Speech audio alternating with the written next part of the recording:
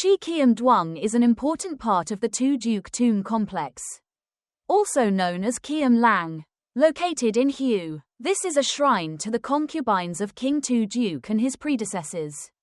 Past Vu Khiem Gate and the Sun Temple is the shrine area. Following the softly curving Bat Trang brick path is Chi Khiem Duong.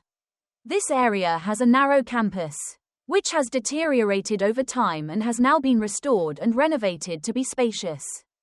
The architecture of Chi Khiem Duong is imbued with traditional Vietnamese style, with sophisticated carvings and harmonious layouts.